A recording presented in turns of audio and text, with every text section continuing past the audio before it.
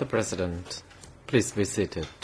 The court is now back in session, and we would like to hand over to counsel for Mr. Khieu Samphan to continue putting questions to the witness. Thank you, President. Mr. Rockoff, we'll just pick up where we left off before the break.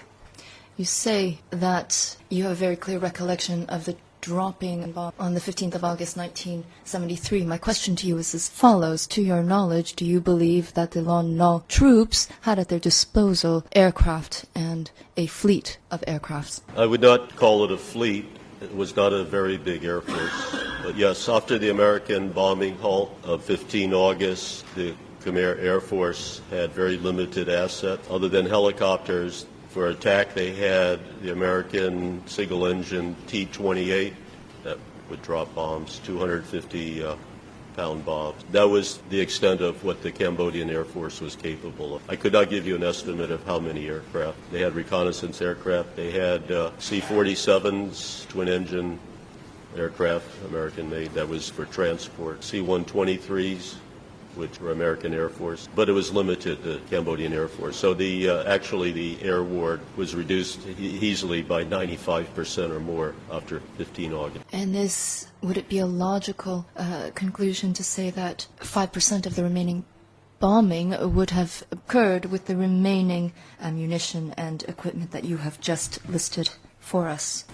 Yes, the ammunition and bombs for these aircraft, it was brought into Cambodia. The intense American bombing campaign, none of that originated in Cambodia. It just ended up in Cambodia.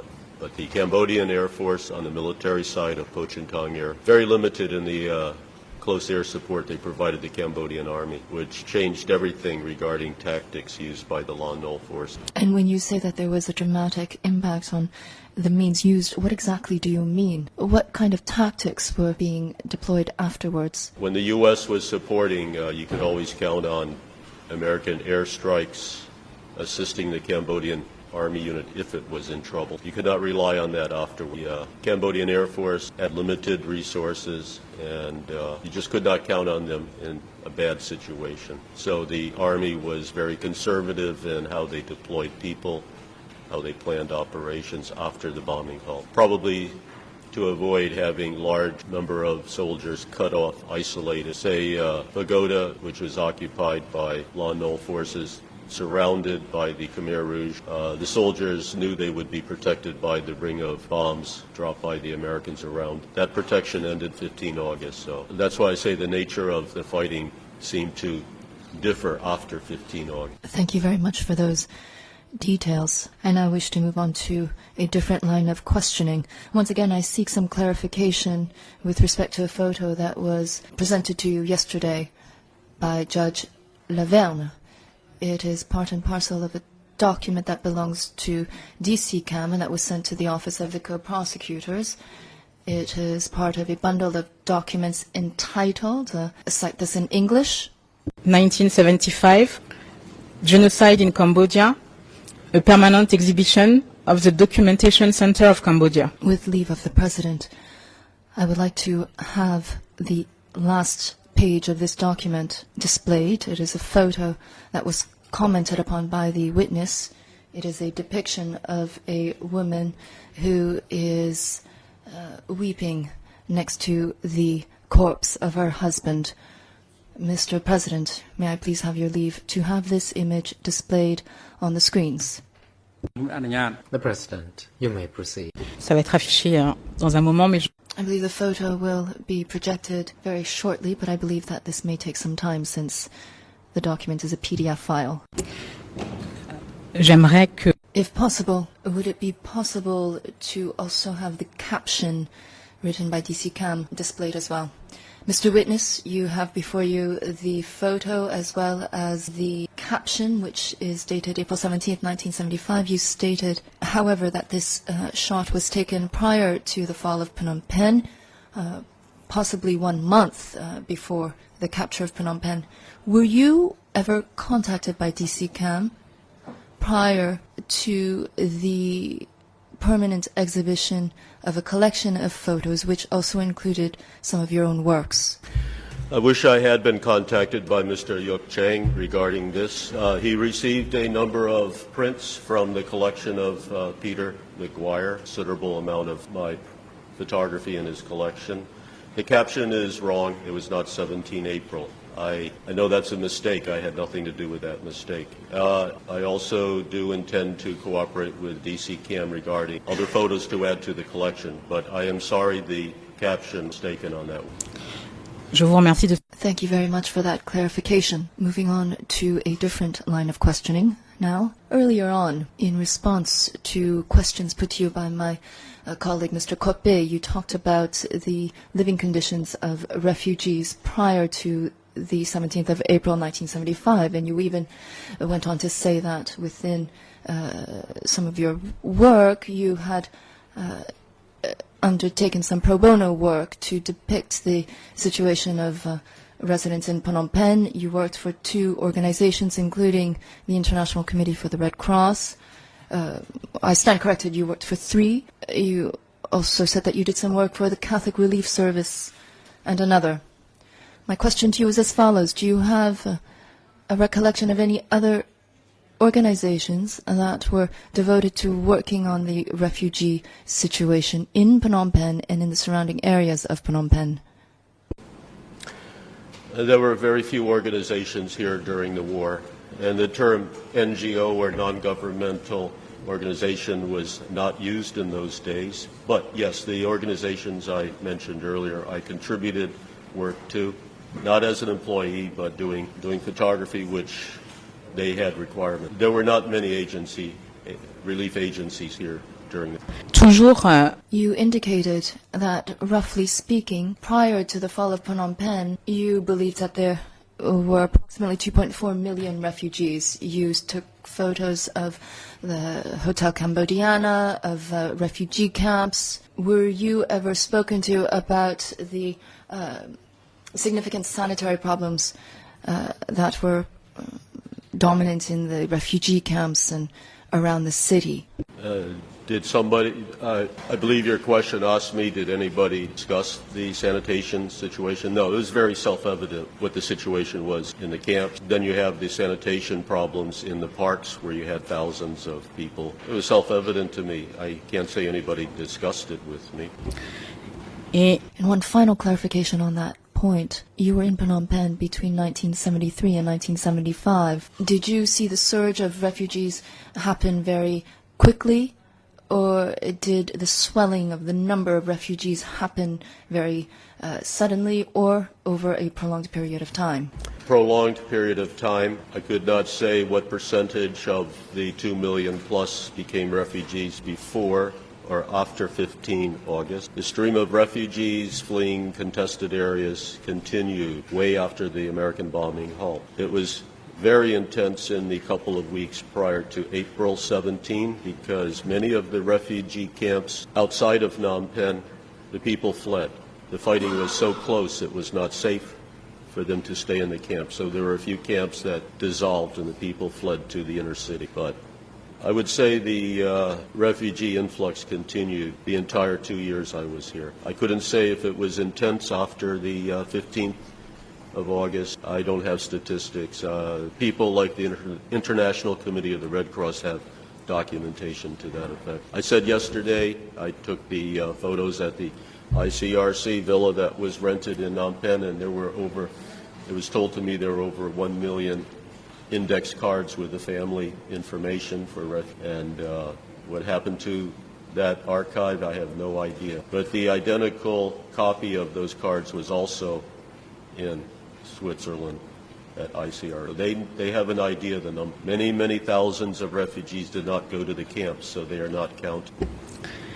Thank you very much for those clarifications. Let us move on to a new line of questioning concerning the 17th of April 1975. There was a long discussion on one or several Khmer Rouge factions that you saw that morning. Allow me to refresh your memory and ask you first and foremost if you recall, upon your arrival in Thailand, in the second convoy that left the embassy of France, do you recall having described your experience or relaying your account to any colleagues or people at the embassy in Bangkok? I have no colleagues at the embassy in Bangkok. I did discuss with colleagues who are journalists. When I crossed the bridge into Thailand, first comments I made to anybody upon liberation from Democratic Kampuchea was an interview on the Thai side of the bridge with Edward Bradley of 60 Minutes. His Thai cameraman, Nuon Chea, filmed me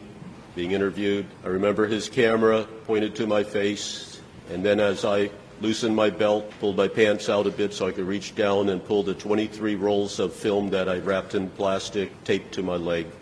A smuggling trick. I pulled the film out. He had panned the camera down as a nice sequence of that. The questions that Ed Bradley asked consisted of such as, do you believe there will be a blood? And I said, yes. He asked, how many do you think? And I said, who knows? 1,000, 10,000. How many does it take for a bloodbath? I forget some of the other questions. I believe that film is in archives in the U.S. I know it's on Vanderbilt University's archive, and it could have been obtained, but my memory is very hazy. Excuse me. Pardon me, Mr. Rockoff. Perhaps there is a misunderstanding because I wasn't asking you about any interview with journalists. My question to you was, did you have any discussion or interview with anyone from the American embassy in Bangkok? Anybody who was working at the American embassy in Bangkok? Do you have any recollection of any such discussion or interview? In 1975, no. But in Bangkok, I did run into an American who used to work at the U.S. Embassy in Phnom Penh. I can't consider it a proper interview in that we had a few drinks in a bar on Patpong. I had a bowl of Shanghai noodles, and there were questions asked, but I do not consider that an interrogation. I did not connect with anybody from the U.S. Embassy in Bangkok in 75. Mr. President, with your leave, I would like to show a telegram from the Embassy of the U.S. in Bangkok. The telegram is only in English. However, I do wish to cite a very brief passage, and with your leave, I would like to have this shown on the screen. The reference is D291/6.3.2.30. 291/6.3.1. The ERN in English is 0049545. And I see that my learned colleague from the co-prosecutors is on his feet. The President, Mr. Co-Prosecutor, you may now proceed. Thank you, Mr. President. I'd note, to my knowledge, this document was not included on the defense exhibit lists, nor on ours. So, and I'm not aware of counsel bringing any motion. Nonetheless, for the record, we do not object to them using the document, but I do wanted to make clear that this is not a document that the defense has put before the chamber. If I may be authorized to reply, Mr. President, this was not a document that we intended to use. The interest of this document only emerged over the course of Mr. Rockoff's testimony, and I believe that it can serve to clarify a point, if also to refresh his memory, or to possibly determine if there is an error on the telegram. I believe that Mr. Rockoff is the person who's in the best position to address these issues. Therefore, if there's no problem, I would respectfully seek your authorization to use this document in order to bring clarification to the witness's testimony. Thank you. The President, the document requested by counsel for Mr. Khieu Samphan is not listed in the list of documents proposed by the counsel and any party to the proceeding. And as has already been advised, party is not allowed to put such a document for examination before any witness, including Mr. Rock. Very well, Mr. President. Ruling. And for the record, I would simply state that when the parties were requested to submit their list of documents, it was in relation to the list of witnesses that had been updated at the time, and Mr. Rockoff's name was not on the list at the time. Submit to your ruling. So I will have to make my question a bit more general. Turning to you, Mr. Rockoff, there seems to be a document that was emitted by the U.S. Embassy. It is a telegram, and you are mentioned in the telegram. And it describes the fact that you had allegedly seen 3 factions on the 17th of April 1975. Is the mention of the 3 Khmer Rouge factions accurate and reflective of what you may have told the worker from the U.S. Embassy? I did not tell a worker from the U.S. Embassy anything. As I related to you in a prior question and answer, I had a drink or two on Pat Pong Road with an American who worked at the embassy in Phnom Penh. Maybe he's relaying stuff second, third hand to somebody at the American embassy in Bangkok. If I referred to Khmer Krahon coming into the city center from 3 different directions, I did not, and I never did use the term factions back then. You don't refer to different platoons in a unit as factions. These are people coming from 3 different directions. I also have never seen that document prior to your bringing it up. It was flashed on the screen momentarily, and I read it. I did not ride around town with any Khmer Ramdas. The Ramdas situation was more than a year earlier, the 600 or so that came over. I don't know who was the source of this document, but he should be re-educated as to the inaccuracies. Thank you very much for those clarifications. I will now move on to a very brief and new line of questioning. You talked about your travels to the Ministry of Information on the 17th of April, accompanied by some fellow journalists, and you talked about some of the photos that you had taken that day. My first question to you is this. Of the Khmer Rouge soldiers that you saw on that day, were there any soldiers that you had known or recognized at the Ministry of Information? No. And of the Khmer Rouge soldiers that you saw that day, did you only see soldiers and officers, or did you also see civilians? Well, let's say the 2 dozen or so functionaries from the Lon Nol regime were almost all in civilian clothes. Whether they had military rank or civil rank, it was hard to tell. There were a few people around in civilian clothes. There was a photograph shown yesterday of Khmer Krahon going up the steps of the ministry. One was barefoot. The person standing inside the doorway with a white shirt, I had to assume was a person who worked at the ministry.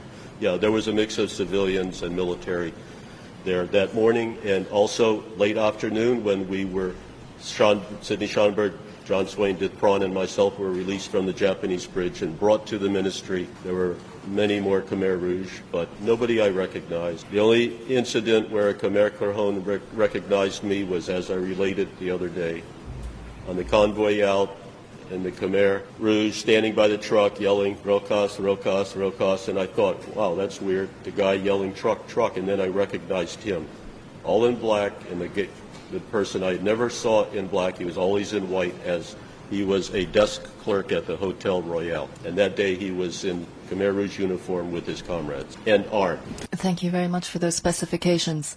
I wish to move on to my last and 2 final lines of questioning. Brings me to the end of my cross-examination. You talked about your life prior to your departure to Thailand, and you talked about your time at the Embassy of France, and as your source of information, you were able to listen to the BBC on the radio. My question to you is this. Aside from the BBC, were you able to avail yourself to any other sources of information? Not while in the French embassy, but there was access to radio transcripts, which sometimes would be relayed to me by other journalists. I didn't have access to these documents personally because I was not in the habit of going to the American embassy to go to the USIS, United States Information Service reading room. They had FBIS transcripts, Foreign Broadcast Information Service transcripts.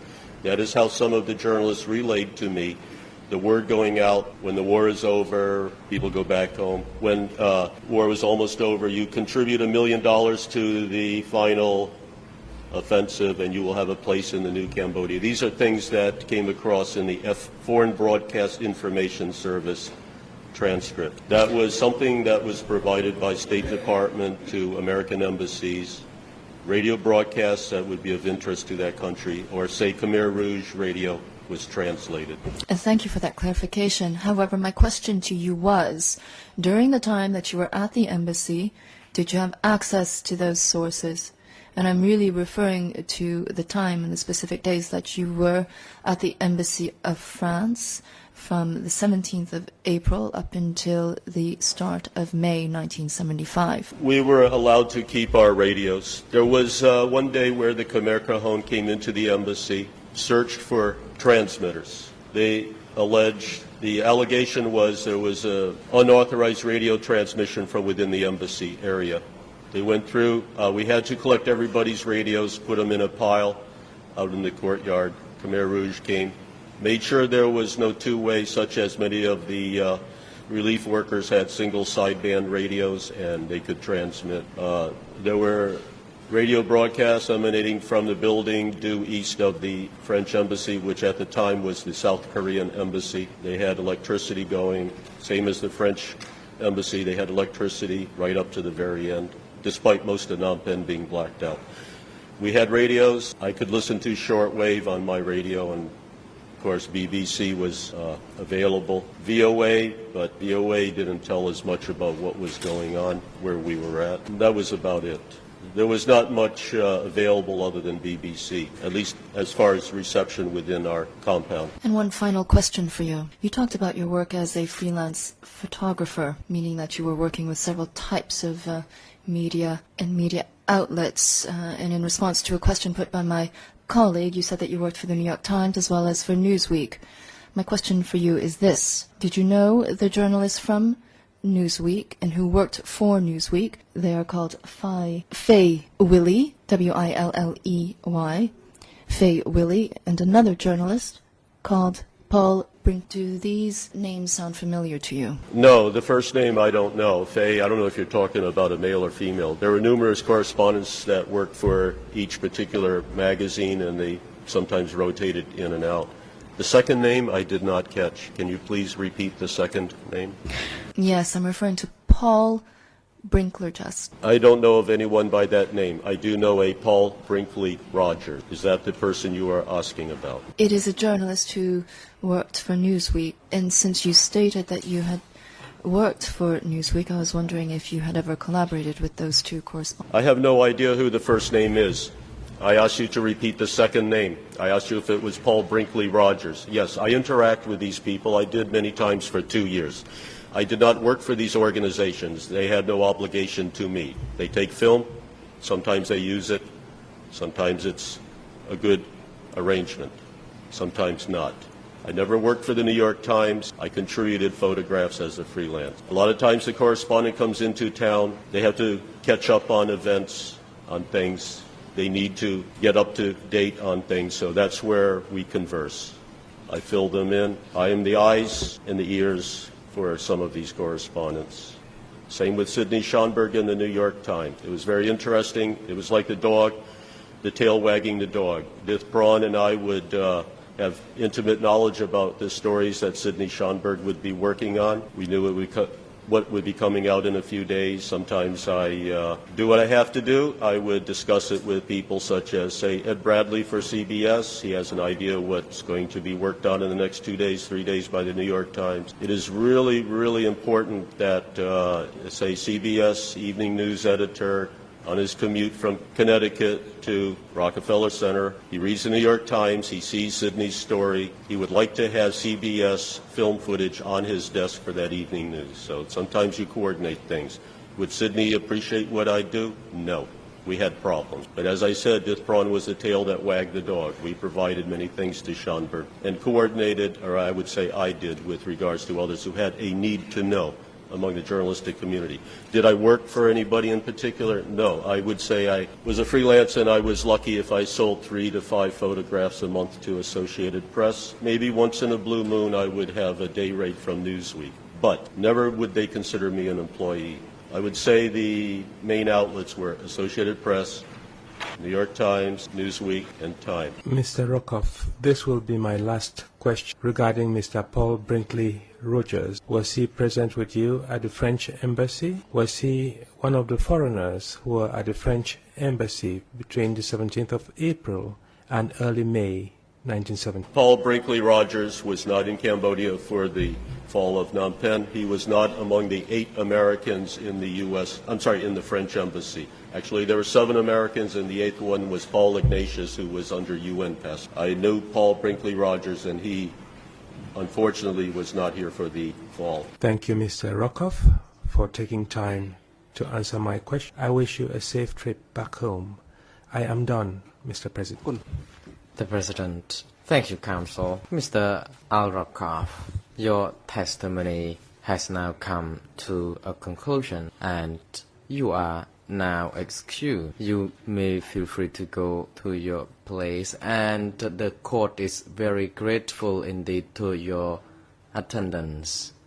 Your testimony helps ascertain the truth, and we appreciate your effort in giving the testimony for the last 1 day and a half. We wish you all the very best, and we wish you safe travels. Court officer is now instructed to assist with the vessel unit so that Mr. Rockoff is returned to his place safe and sound. We thank you.